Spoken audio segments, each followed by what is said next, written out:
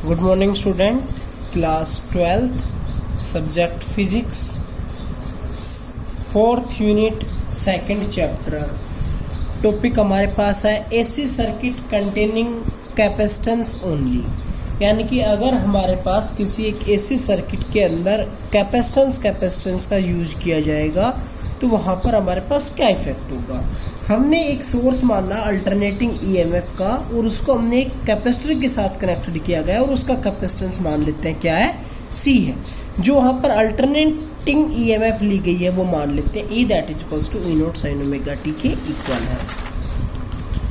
हमने क्या माना, the current in the circuit transfer charge to plate of capacitor. जो चार्ज करंट है वो क्या करेगा, कैपेसिटर की प्लेट्स को चार्ज ट्रांसफ़र करेगा और जो चार्ज ट्रांसफ़र करेगा तो उसकी जगह से कैपेसिटर के अक्रॉस एक पोटेंशियल डिफरेंस डेवलप होगा।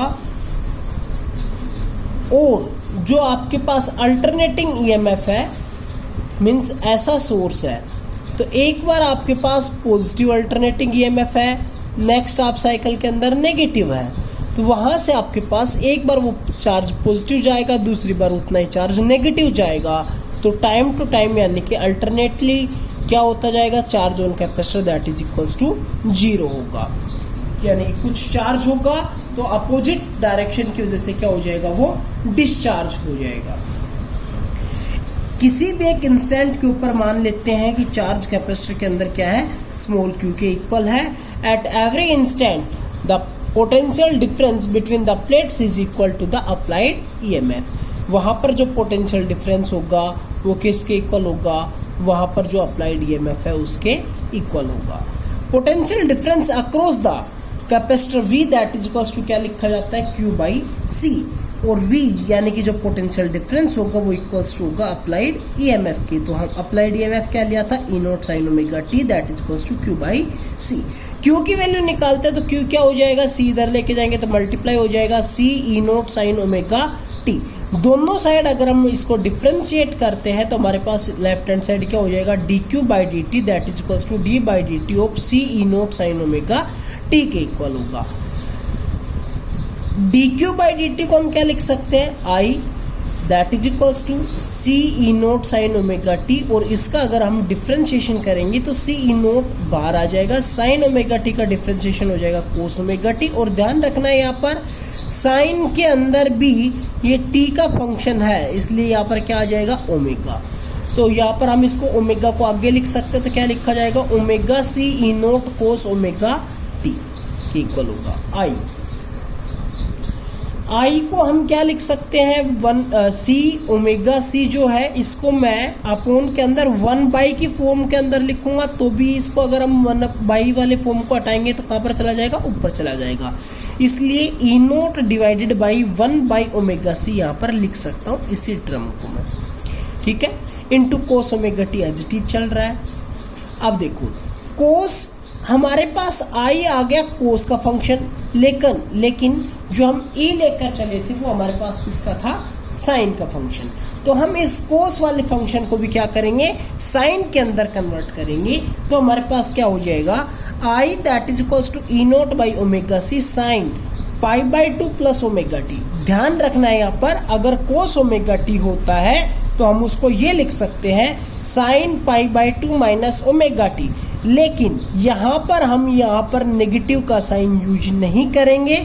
क्यों यूज नहीं करेंगे, क्योंकि हम कंपेयर कर रहे हैं आई और ई को, जिसके अंदर प्लस ओमेगा टी होता है, माइनस ओमेगा टी नहीं होता है। इसलिए हम यहाँ पर जो फॉर्मूले के हिसाब से माइनस ओमेगा टी होना चाहिए उसकी जगह पर हम क्या यूज करेंगे, प्लस ओमेगा टी का फंक्शन यूज करेंगे। तो हमारे पास बन गया if sine omega t plus pi by 2 that is equals to अगर 1 हो जाएगा तो उस टाइम के ऊपर करंट की वैल्यू क्या हो जाएगी, maximum, means I that is equals to I nought के इक्वल हो जाएगा। तो इस वाले इक्वेशन के अंदर I is equals to I nought रख दो, E nought by 1/, omega C, और इसकी वैल्यू क्या हो गई 1, तो ये बन गया हमारे पास E. X C capacitive reactance जो होता है, capacitive reactance, is equals to मान लेते हैं किसके इक्वल होगा भाई, देखो I that is equals to V by R या ई बाई आर के फॉर्म के अंदर होता है। तो ये एक तरह से क्या काम कर रहा होगा, एक तरह से रेजिस्टेंस का काम कर रहा होगा, जो कि एक कैपेसिटर का होगा और उसको हम बोलेंगे कैपेसिटिव रिएक्टेंस।